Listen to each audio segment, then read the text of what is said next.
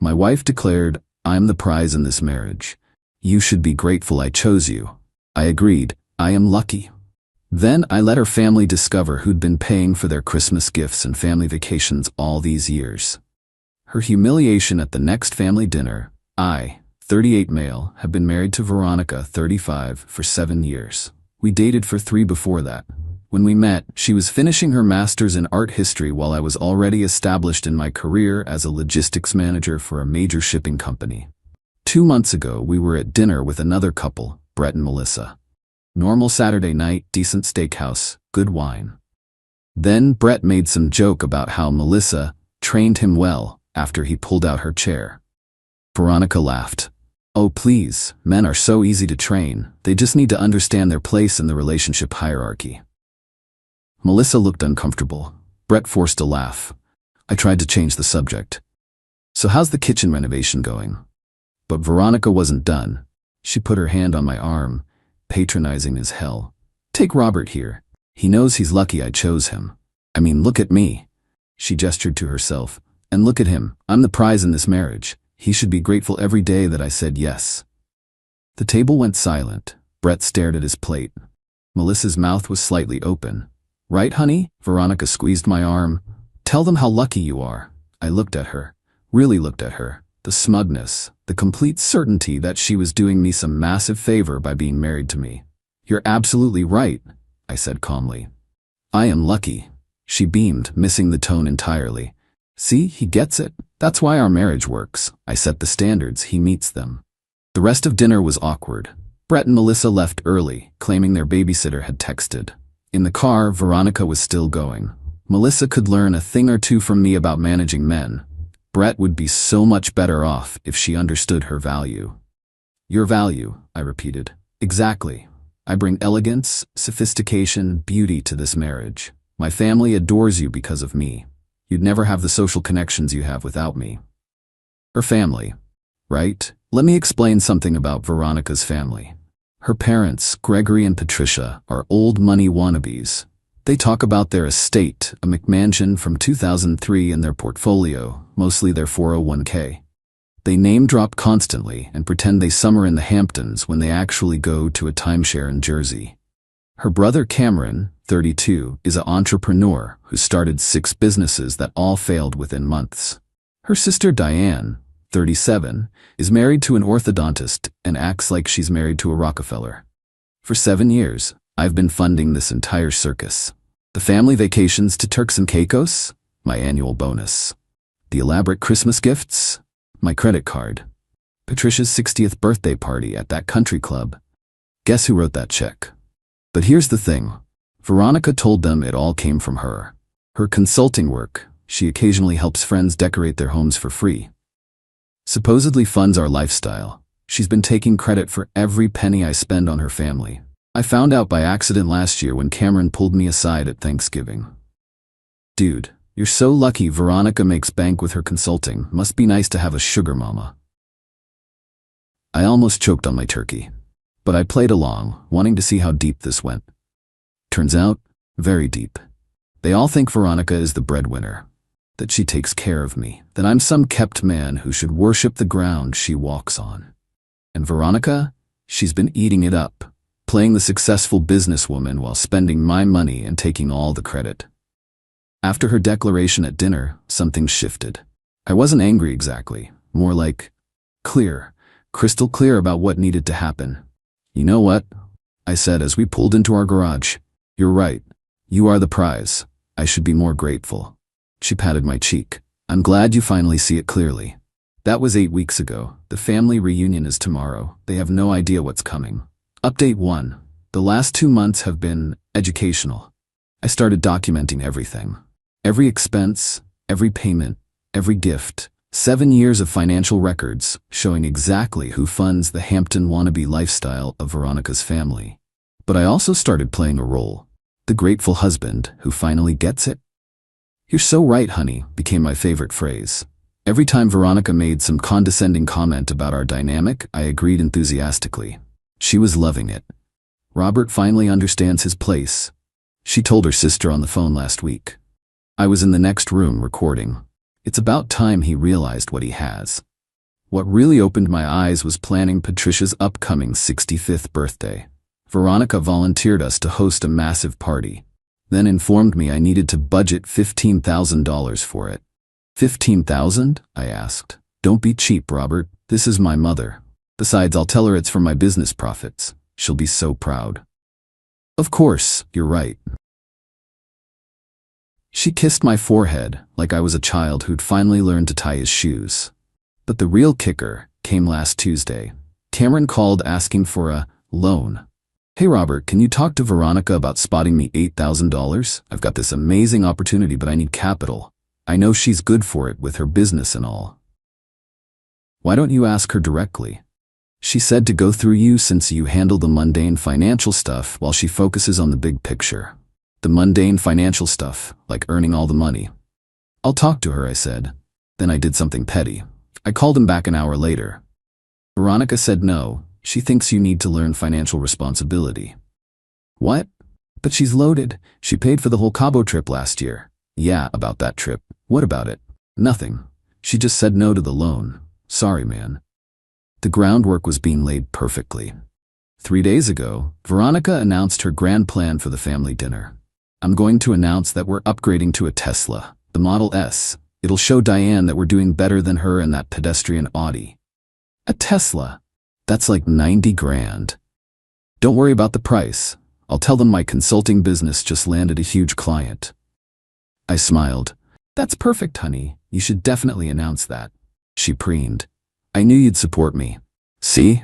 This is why I chose you. You understand your role.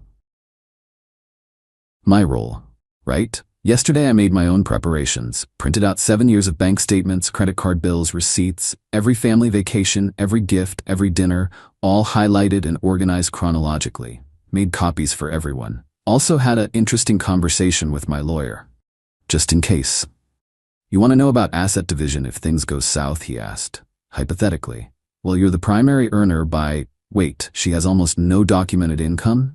Her consulting business isn't exactly thriving. I see. And the house? My name only. Bought it before marriage.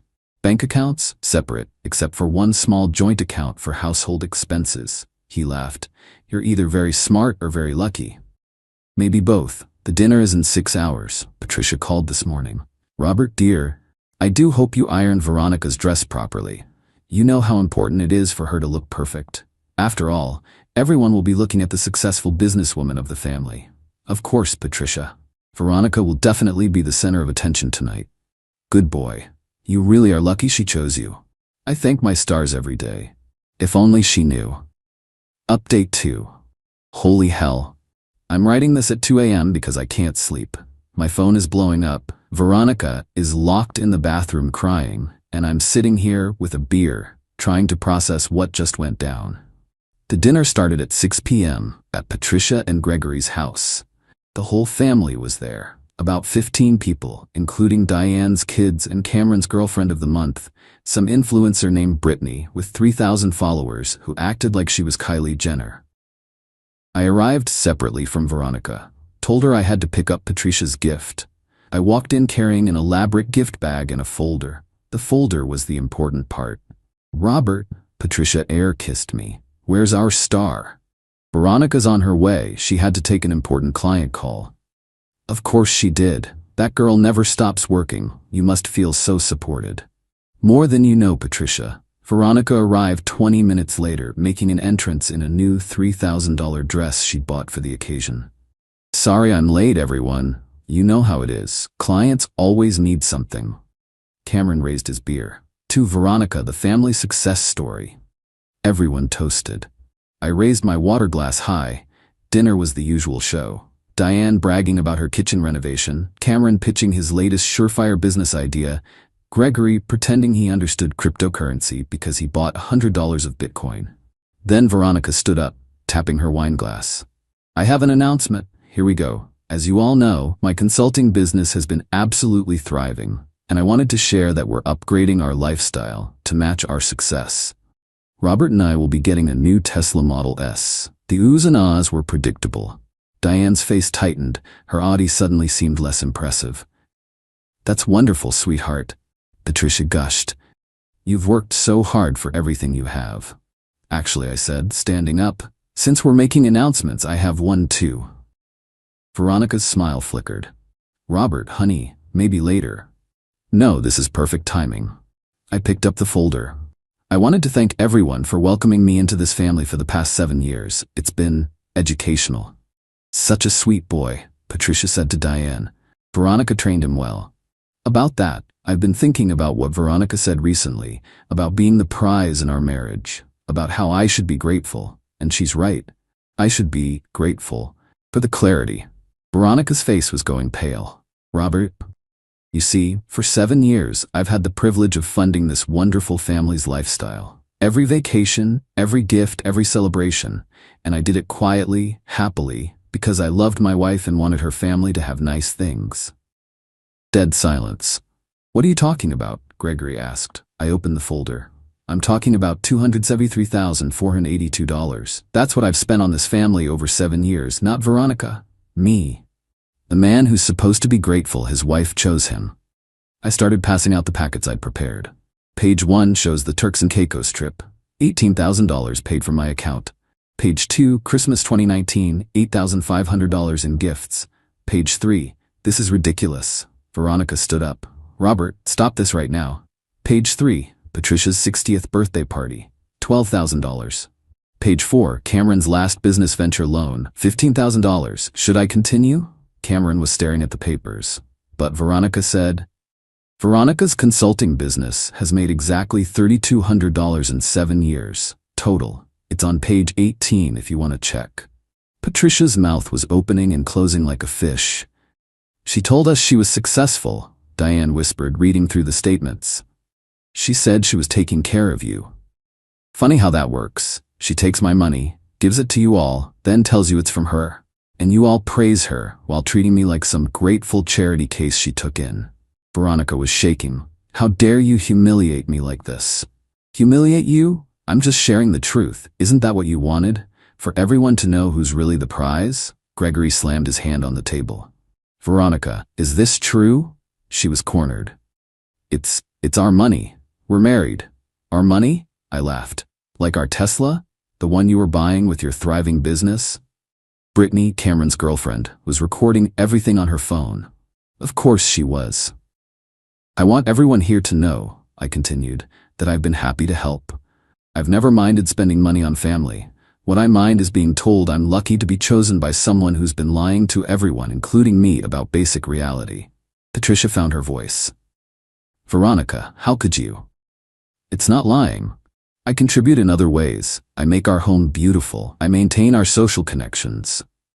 You spend my money and take credit for it. I corrected. There's a difference. Cameron was doing math on his phone. Wait, so that $8,000 loan I asked for would have come from my account, not Veronica's non-existent consulting profits. You told me no because I needed to learn financial responsibility. Actually, that was Veronica's decision. Though funny enough, she was planning to give it to you and tell you it was from her business success. The room exploded. Everyone talking at once, Veronica trying to defend herself, Patricia demanding answers. Then Diane's husband Richard, the orthodontist who'd barely spoken in 7 years, said the quiet part out loud. So you've been acting like you're better than everyone, like you're some successful businesswoman, when you're actually just spending Robert's money? Veronica turned on me, tears streaming down her face. You've ruined everything. My family will never look at me the same way. They'll look at you as you are, not as you pretended to be. I'm your wife. You're supposed to support me. I did, for 7 years. But apparently that wasn't enough. I needed to be grateful for the privilege too. She grabbed her purse. We're leaving. Robert, get the car. I sat back down. I'm not going anywhere. This is Patricia's birthday dinner, but you're welcome to leave. Take an Uber. I'll pay for it, like always. The silence that followed was deafening. Veronica looked around the table. Her mother wouldn't meet her eyes. Her father was staring at his plate. Cameron was showing Brittany something on his phone, probably the bank statements. Diane was whispering furiously with Richard. Mom? Veronica's voice was small. Say something. Patricia finally looked up. I think you should go home, Veronica. We need to process this. The look on my wife's face, like her world was ending. She left without another word. I stayed for dessert. Update 3. It's been 3 days since the dinner. 3 absolutely insane days. First, Brittany, Cameron's influencer girlfriend, posted about the whole thing. Not the video, thank God, but a long story about witnessing the most epic family drama ever, and when the truth comes out at dinner.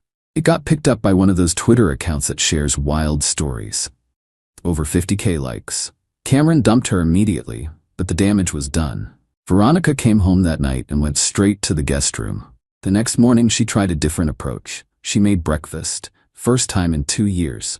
Sat down across from me, with tears in her eyes. "Robert, I'm sorry. I know what I did was wrong. I wanted my family to respect me. They would respect you if you were honest about who you are." "Who am I? A failure who contributes nothing?" "You're not a failure, but you're also not the success story you've been selling them." She reached for my hand. I pulled it back. "Can't we get past this? Couples therapy? I'll change, I'll tell them the truth."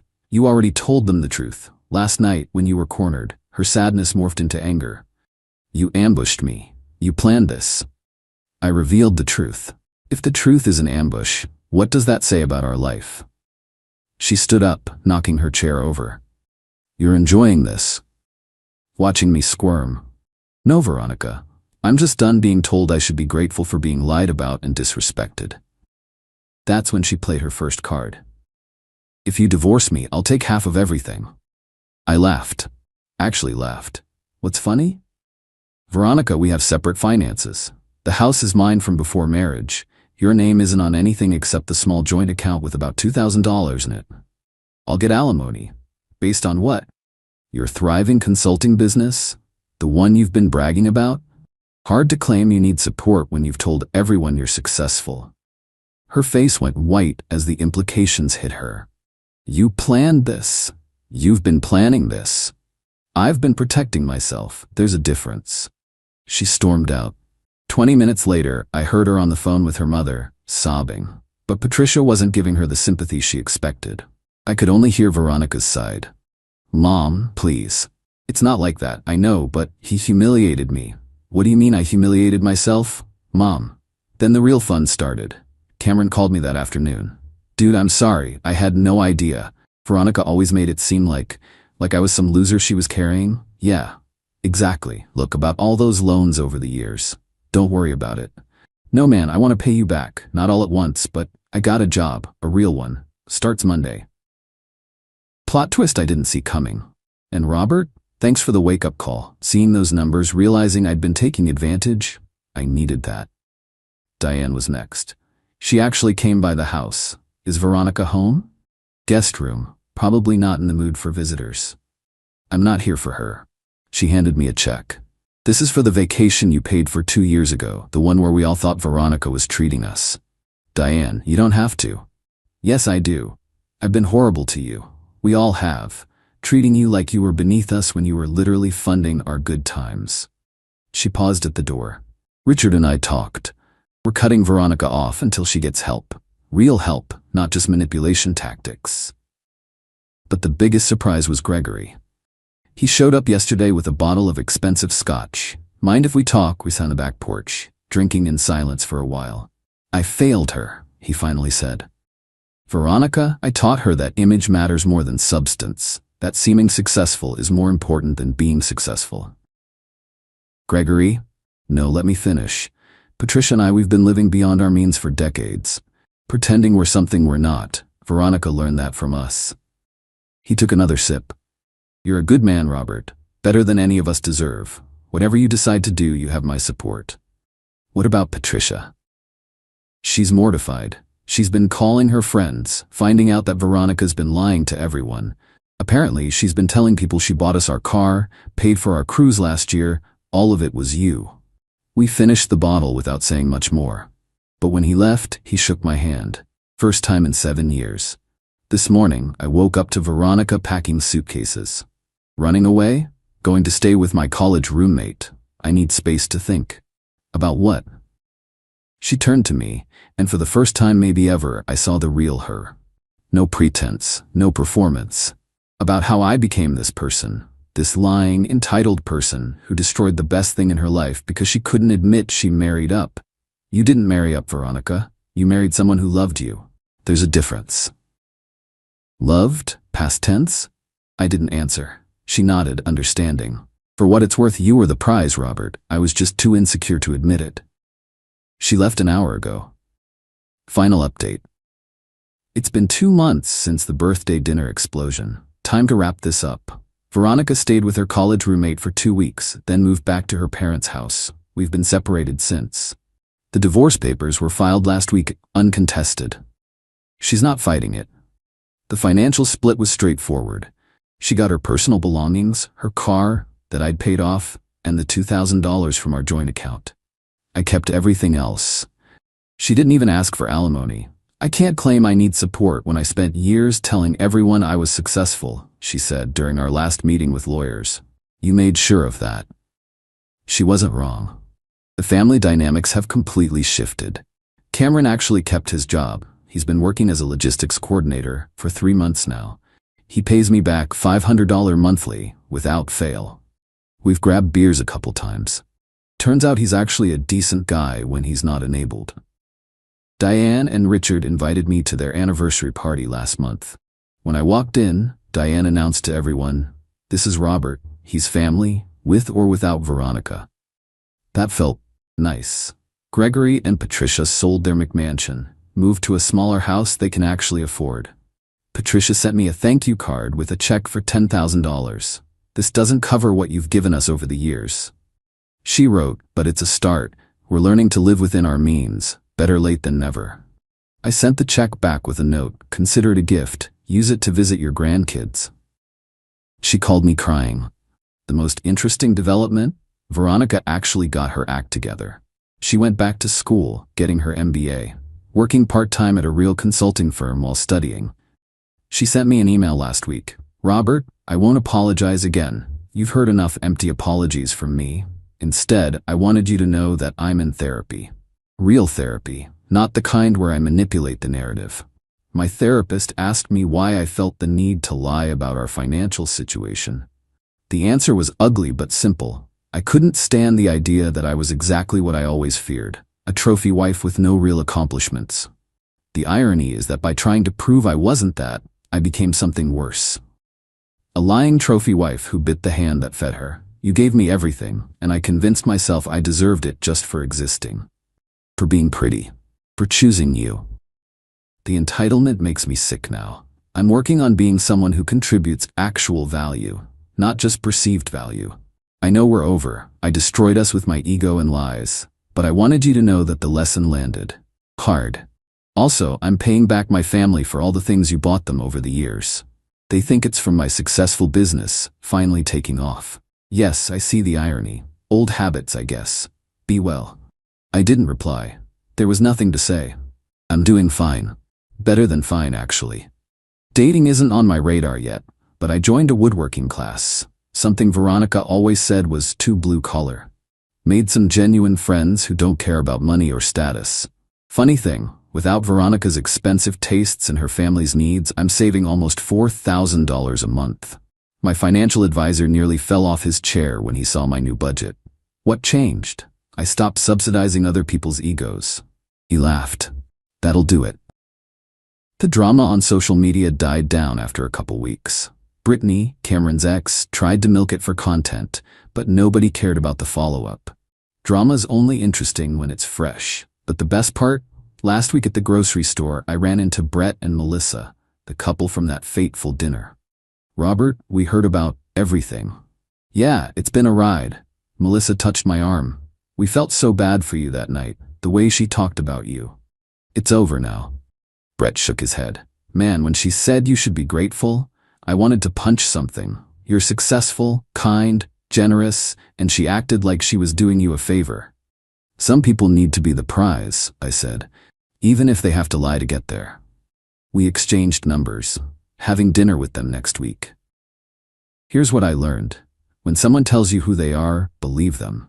When Veronica said she was the prize, she was telling me everything I needed to know about how she saw our relationship. I just should have listened sooner. Also, keeping finances separate isn't paranoid. It's smart, especially when your partner has champagne tastes on a beer budget that you're unknowingly funding. Would I do it all differently? Maybe. I could have confronted her privately, handled it between us. But she needed the audience. She'd built her entire identity on the lie, performed it for years.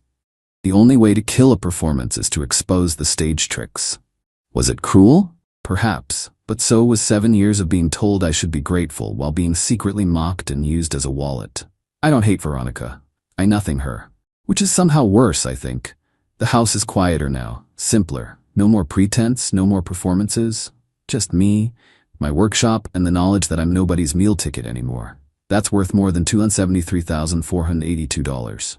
Way more.